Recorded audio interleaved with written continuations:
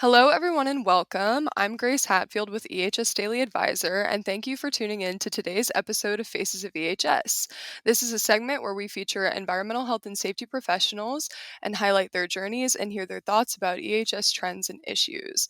Today, we are joined by Claire Beich, who is the president and owner of Ascend Consulting EHS. So, hi, Claire, how are you today? I'm doing great. Thanks for asking. Yeah. Good. So can you tell me a little bit about your position at Ascend Consulting and what you guys do as a company? Sure. It's constantly fluid as far as what we're able to do.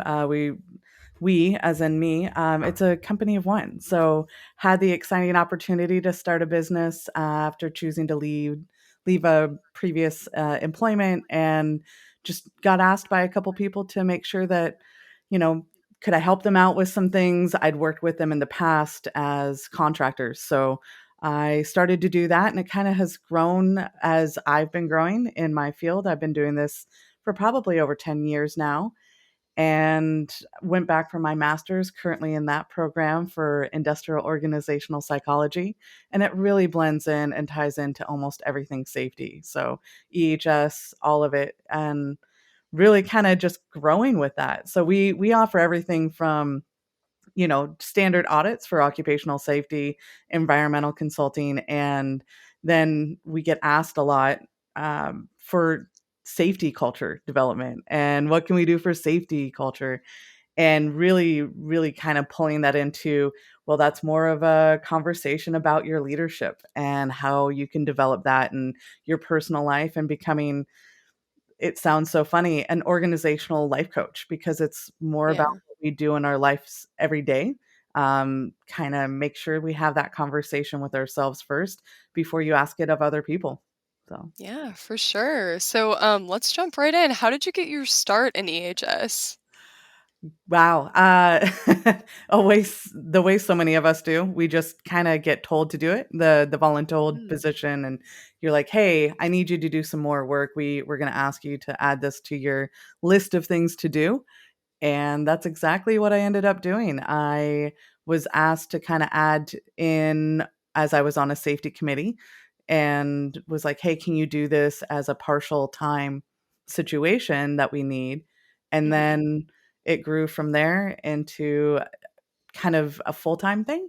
And it was what we really needed at the time. We didn't have anybody else really spearheading a lot of our environmental health and safety. And then as we approached different situations, we realized we needed more support and more knowledge being thrown into it. So I found the knowledge. I went online, I found people, I networked, and then it turned into a full management position and department. And that all within the same company. And from there you just kind of, you grow it and you move on. And it's been a fantastic trip. It couldn't have asked me 10 years ago, are you going to do this for a career and a living? I'd laugh at Yeah. you. No. Yeah. Yeah. So Well, awesome. So who's been your biggest influence in the industry? that's a tough question. So, um, obviously, the people that have helped me along the way are always your biggest influences, but Hmm. 100% of the time, it's always the frontline workers that I work with. So it's always going to be the people that I've had the opportunity and the pleasure to meet, regardless of whether or not they felt the same way about me. I have Hmm. absolutely learned and grown from every experience, and that sounds so corny, but it is 100% true every time. I have had the opportunity to find and change different, like, they've changed me into wanting to be better at my job every single day. So I remember their faces, I remember who they are, I remember that, their families that they're going home to, that we've had conversations about, or the recitals that we've talked about for their kids. That's the motivating factor for me, whether or not it is for them, to make sure that I'm at least doing my best at the end of my Yeah, day, and I can go home, and so are they. So, and then, absolutely. yeah, and God, it's almost on par with the poor leadership that I've probably experienced, and how much I Oh, learned from yeah. them. It's really hard not to bring that up or have that be a deciding factor in my mind. I've watched, whether it's colleagues or people that have managed my career, some of them have been incredibly poor, and we all have that person in our mind when I say that, Absolutely, and yeah, yeah. I learned probably more from them than I did all the good ones, and it's just Yeah, that unfortunate necessity that we have in our lives, for sure. for sure, yeah. Mhm. So, what's your best mistake and what did you learn from it? Oh, man. Again, so many to choose from.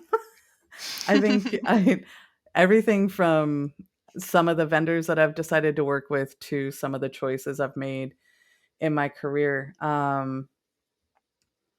Probably trying to be I kind of talked about this once, trying to be everybody's best friend when I'm trying to, Mm, I'm trying to be their friend rather than do what's right. mhm, Trying to have, a good time, or I want them to like me. And it's the job isn't about being liked. And I always knew that, and that conceptually and logically, but then you mhm, get wrapped up into that conversation. You get wrapped up into your career, your job, your company, that site, whatever the case is. I worked really hard at trying to make sure that they looked at me as not just the safety person or that dreaded yeah, person that's walking on the floor, and everybody gets on the radios and they're like, "Oh, she's here. She's walking the floor. Like, do the thing, do yeah, it right."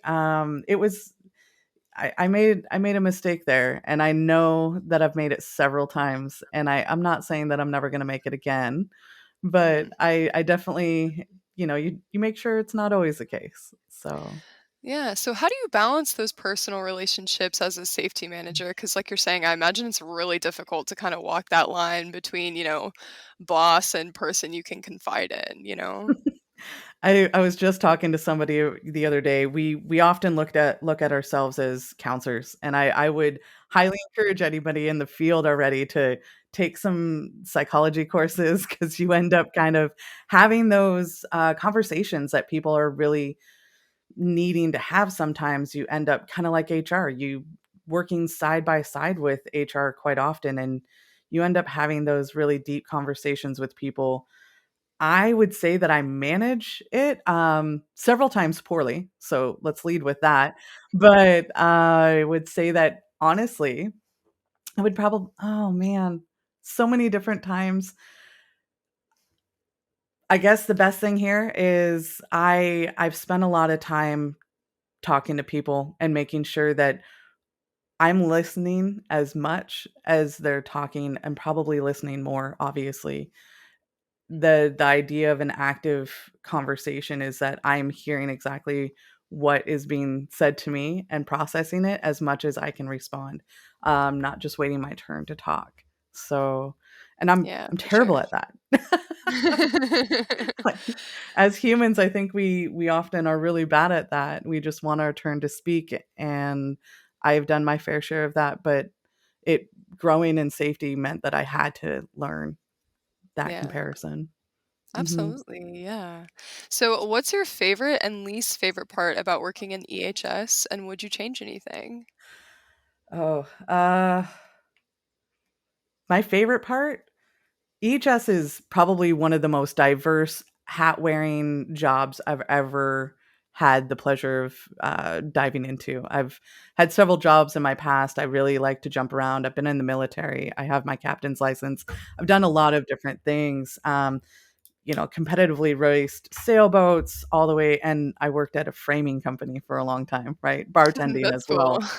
well. Again, I've done just about everything, but I've been able to stick with this one because it has so many facets, and it's so you get a deep dive into people, you get a deep dive into what we need to do, and I love that about this career. I love that about the type of job that we get to encounter. It's different every single day, with the core belief that we're going to do better. And as long as that's the case, and as long as we keep doing that, I'm in 100%.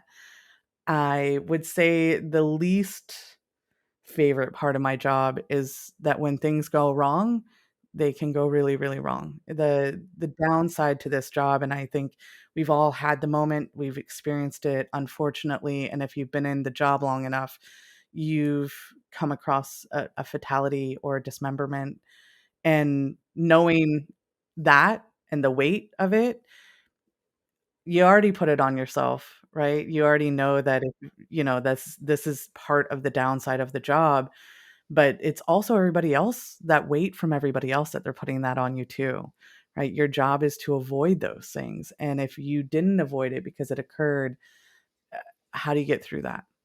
So Yeah. Yeah. that's to me, hands down, the probably hardest part of the job. So, Yeah, absolutely. Yeah. So you mentioned safety culture earlier. So I wanted to ask you, what are your thoughts on safety culture and how can company leaders really make safety a value within their organization? I'm gonna. I say that if we're doing it right, there's never such a thing as safety culture. It's starting to really kind of pick up momentum when we talk about that because it should really be company culture. We should be saying our company culture is integrated and it's organic safety, better safety, lack of incidents, lower TRIR numbers, OSHA 300s being empty. These things are all organic from doing a really great job at the company culture and living our brand, living, breathing Hmm. that concept of I'm going home every day and I'm gonna live my same expectation of what I expect my employees to do. I had a conversation with a CEO once who said, I really, they have to understand, these employees need to understand they need to be just as safe when they go home as when they're here on the job. And I go, great. So can I ask you a question? And they look at me Hmm. and said, "Yeah." And I go, "So when you have to change a light bulb or grab something really high up, where's your fall protection? Or do Yeah. you grab a chair? Do you use a chair to climb up real quick because nobody's looking?" I mean, and I saw when I walked in, integrity is on your wall as a value. So what does Mm, that look like for you? And how is that integrity when nobody's looking? Is it applying to you or is it just applying to the people that you're asking to work for you? And are they yeah. working for you? Are you really at the end of the day valuing safety, or are you Hmm. making it a non-negotiable integral part of your not just your company culture because you're that representation of that company culture? Are you living it when you go home? Are you living it while you're there? And every time you slip and don't allow it or you let something go by, um, you compromise that a little Yeah. bit and people see it.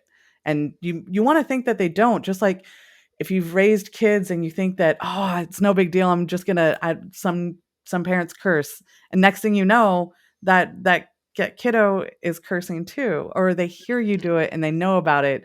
People pick up on these things. They understand when you're not buying in. They can Hmm. feel it. They may not know why, um, but it's absolutely happening at every turn. And understand that you're leading a company into the direction you want it to go. And fear-based leadership can only take you so far. It can get you those quick numbers and those quick Hmm. results, but it doesn't give you long term. It doesn't give you longevity in safety. It doesn't give you longevity in your numbers or your growth or your just survival and sustainability as a company and organization. So we just Yeah. try to drive that home as much as we can, because if we're doing everything else over here, the result is good safety, right? Like the Hmm. results on and the outcome, it's not the root cause. So we can't be using it as if it were. Gotcha. Yeah. So, where do you see the industry heading in 5 years? Are you seeing any current trends now?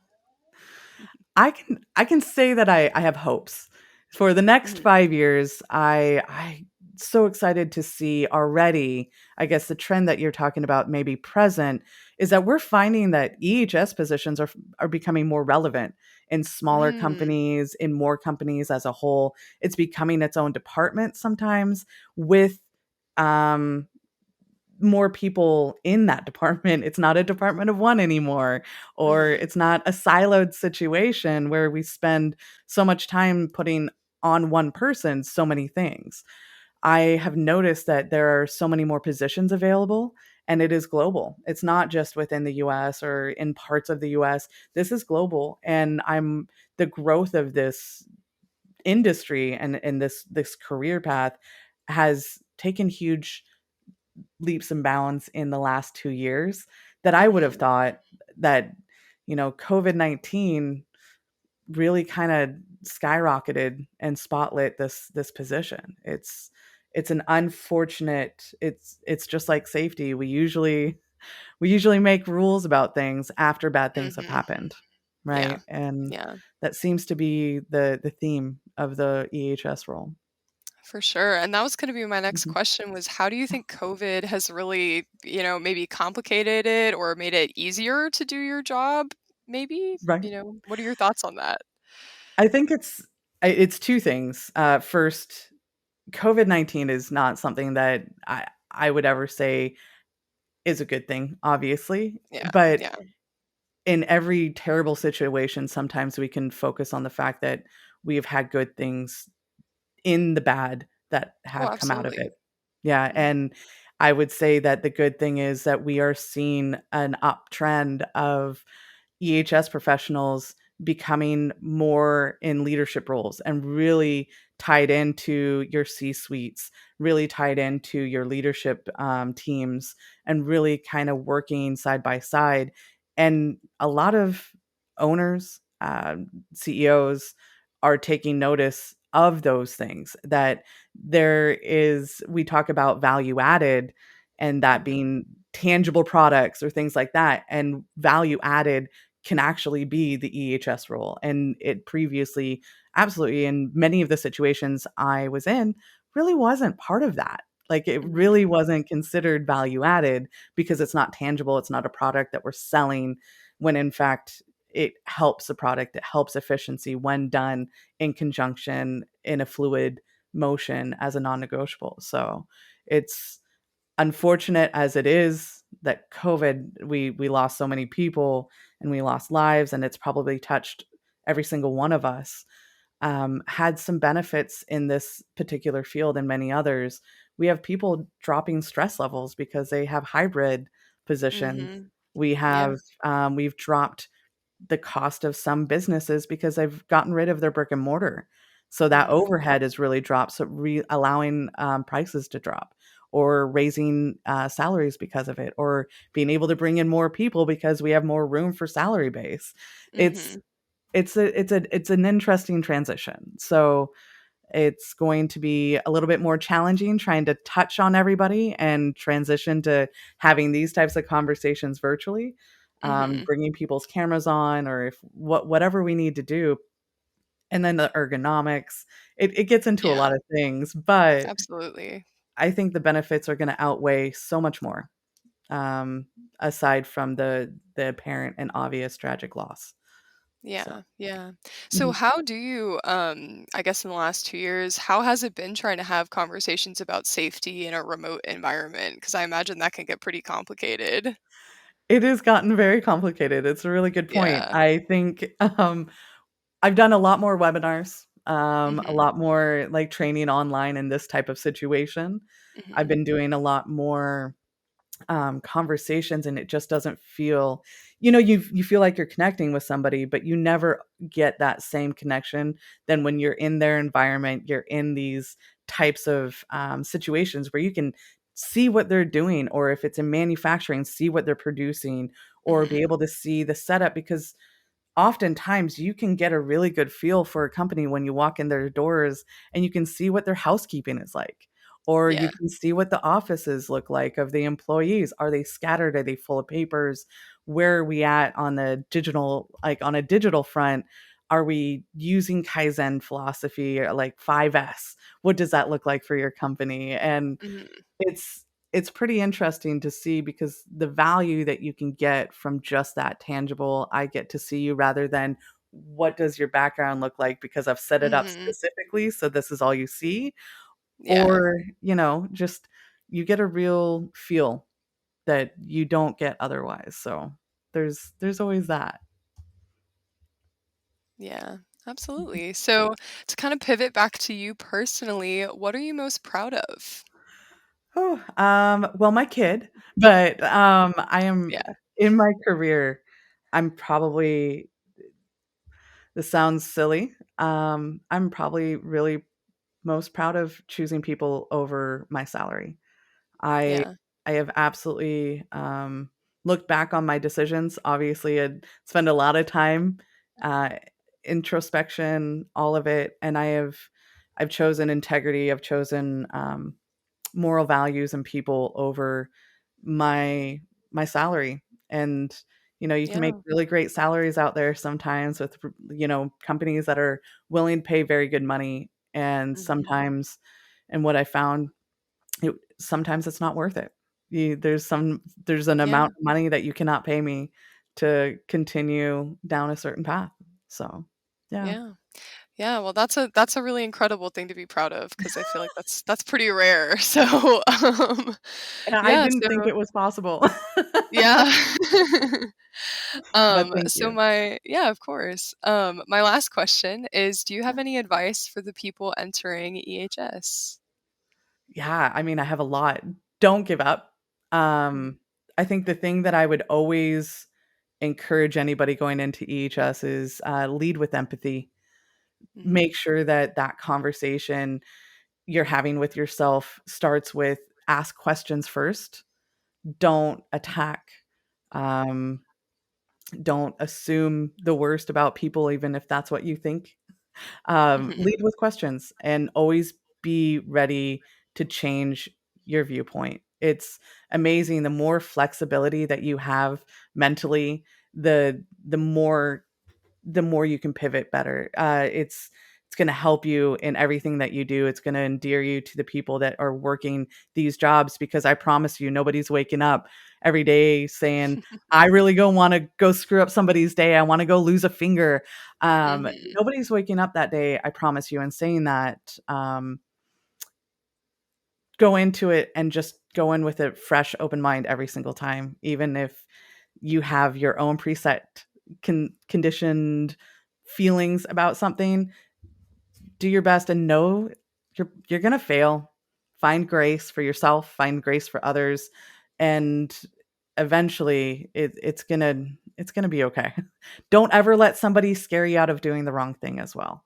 I think that was something that probably, if you asked another mistake, I allowed people to scare me out of doing the wrong thing several times, Mhm, and morally it compromises you, mhm. and it that will grate at you quicker than anything else some days. And just make sure that you're true to yourself on that front. Do the right thing for the right reasons. Keep an open mind, be a sponge. Be Yeah, okay with being wrong, and tell people that you'll get back to them if you don't know. Don't lie. Do not lie. yeah, Yeah. So, absolutely. Well, great. Thank you so much for your time. I'm yeah. super grateful to have gotten to know you and to hear everything you have to say, and I'm sure our audience is gonna love, hearing all of your insights. Well, thanks again for having me. It was a great conversation. It was good to meet you too. Thank Of you. course, anytime. Thank you. Thanks.